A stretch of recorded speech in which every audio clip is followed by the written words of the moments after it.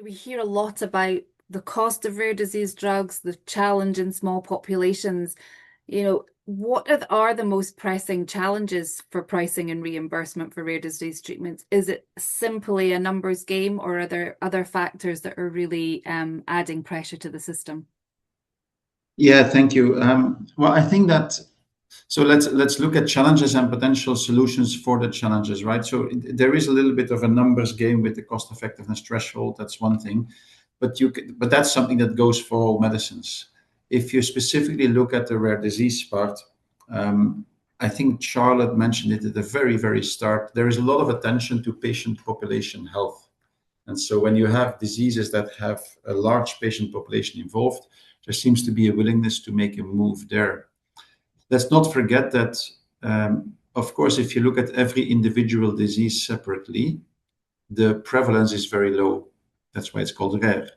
But if you look at all people having rare diseases altogether, if I understand well, there's 50 people in this call.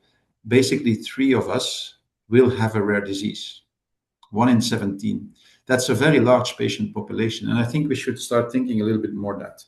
So, for instance, one thing that's very important is to not only look at what is the cost of the medicine and then translate that into value, but define value as well about what is the economic value that medicines can bring.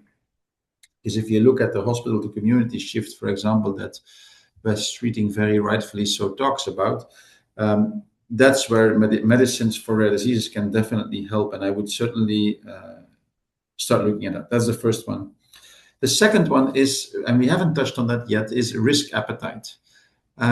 By design, rare disease is a very complex matter where you don't have this massive amount of data available. And so at some point, we will have to take some joint risks without having all the data available, because it's counterintuitive. If you have to wait for all the data, the question is, how can you actually create the data if there are so little people that are on the standard of care and that are actually getting the right drug? And in that sense, that risk appetite within the existing processes, yes, we can improve the process, but within the existing processes, there are ways to apply flexibilities. There are processes that enable that, but we just have to use those flexibilities. And I think that's the second one that I would say. And then the third one, I think, is linked to what I believe it was Kylie talked about, accountability.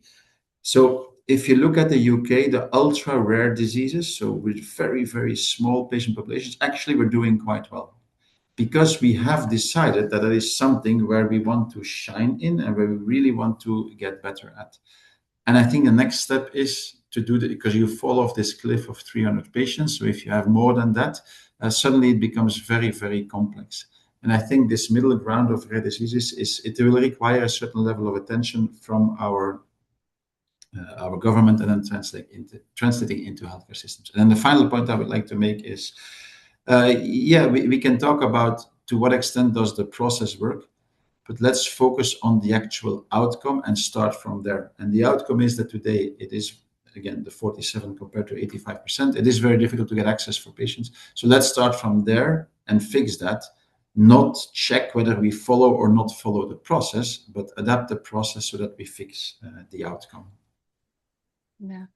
And this is something, and I'm mindful of time, so if you can be swift, Kylie, but it's a really important. I didn't want to skip over it.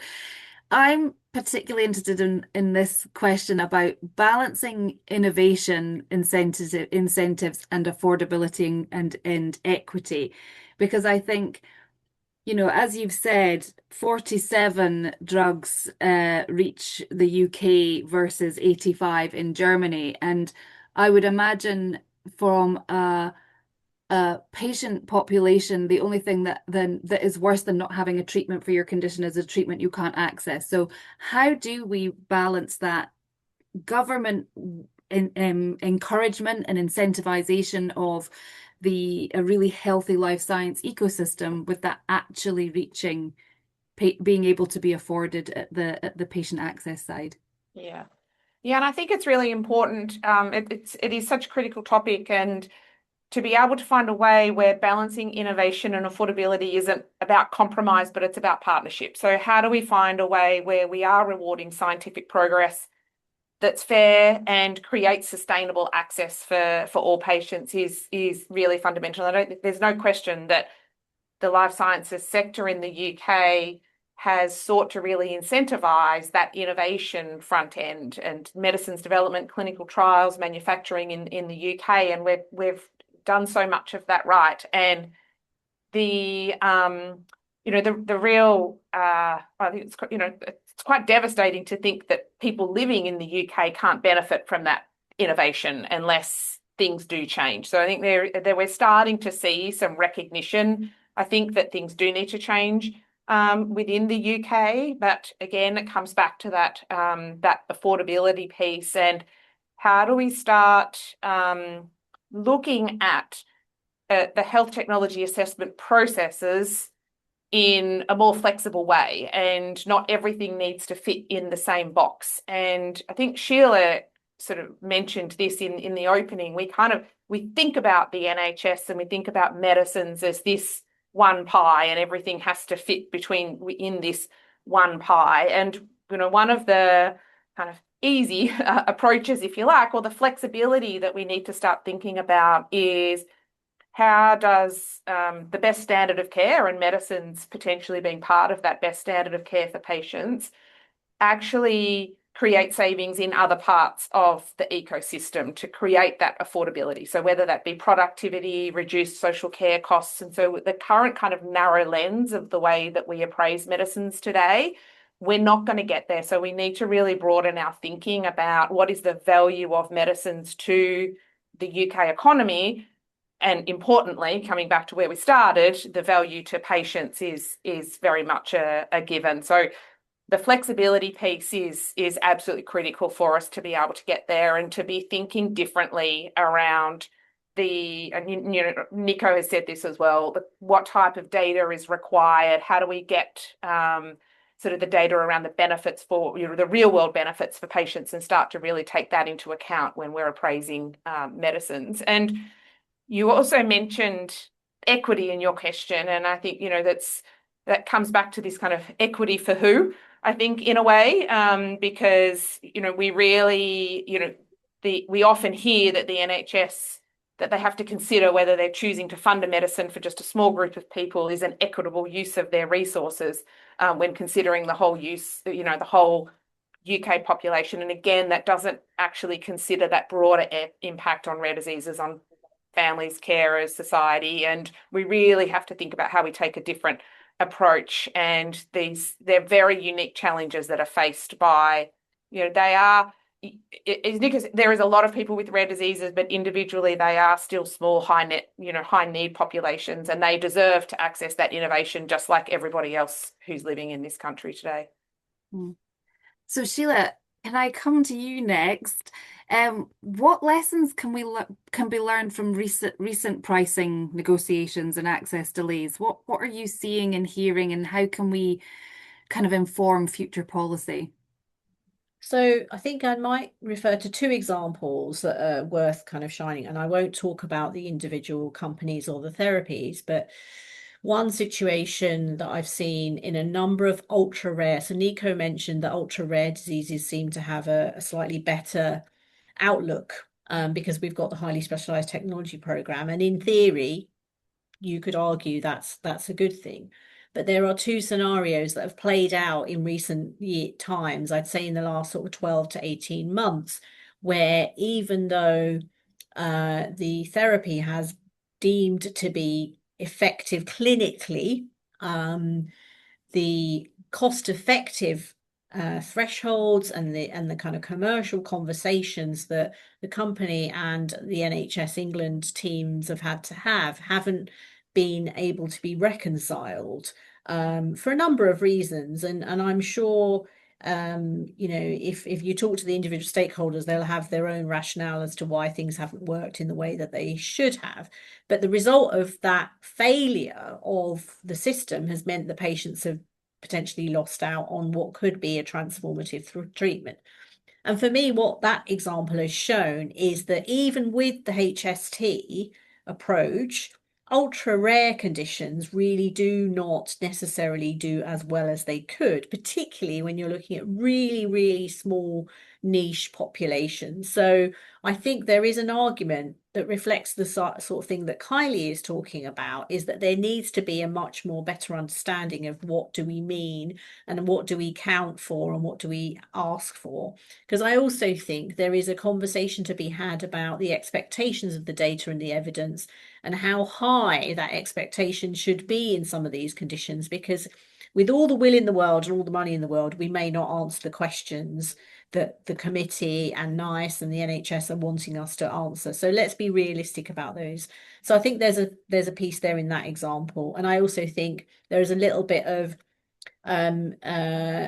reflection that the industry needs to have about how they price. So there's two things there. The second scenario is where there is a particular condition where there are multiple treatments potentially on the market and none of them have managed to get through the NICE process. And what that's shown me is that there is a real need for industry here, going to Charlotte's point earlier, that to collaborate and join with the patient organisations and the experts within the specialist centre to really understand the condition, understand the standard of care, understand the guidelines, and so that actually when you go into a process with NICE, and if, for example, in this situation where two committees looked at the problem and came up with slightly different answers, you're actually going in with a really strong foundation. And actually, in this particular case, I'm working with three out of the four companies in this space to build a much stronger foundation with all of these partners engaged, so that actually when we go back into that conversation with NICE, everybody is starting from the same foundation and then adapting their story to where their therapy fits in the system. So I think I think there are system changes at NICE and NHS England and industry that need to be reflected. But I also think that collaborative piece that Charlotte was talking about could be done much earlier, particularly where there are multiple companies operating in the same space, because then you could all go to the decision makers, whoever they may be, with the same narrative, creating a much stronger foundation.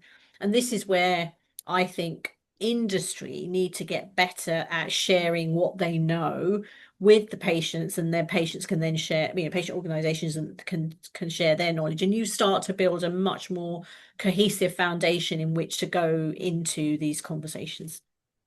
Yeah, and that brings us nicely to you, Charlotte. The role of patient advocacy groups in influencing process and access decisions. Yeah, thank you. I agree massively with Sheela there, especially the kind of coordination, collaboration between industry who are in the same condition space. I think it's a really interesting one, is that when that first company goes first, and then that any issues that come out of that one just carry down the pathway, which is what causes, can cause a really big problem. So let's all get together and talk about it earlier. And I'd say for patient organisations, for us, it's can we engage with companies a lot earlier and actually understand what data they need to collect to be able to show a strong cost effectiveness case? How can we be involved in that process and be able to highlight, key areas that are really important to the patient community? So, Kylie mentioned that a lot of rare diseases affect children. So how can we support them collecting data needed to showcase the impact on carers, and both the impact of the condition on carers, but also the impact of a new treatment might have on carers as well. So being able to kind of think about that and have those conversations earlier on. But I think it's really important as well there that we don't then, I've seen cases where patient organisations have stepped in and started collecting and helping support collect that data. I think we can't rely on patient organisations to do that and commission research. It needs to be something that happens across the board. So having those conversations as early on as possible to collect that data that is needed, because I will talk until I'm blue in the face about data today. We do not have that data. So how can we get it, or how can we help NICE understand that uncertainty better? And I think I'll end on here that it's really important that patient organisations are not just seen as emotional voices. We can bring really key insights into the conversation. We can bring evidence, and we can be evidence-driven partners. And that's something that needs, all stakeholders need to see that, and not just think that we're here because we want this treatment for patients. We do, but we can provide that evidence. We're linked in with the community. We know what happens in with the community. Bring us on board, help us use our expertise.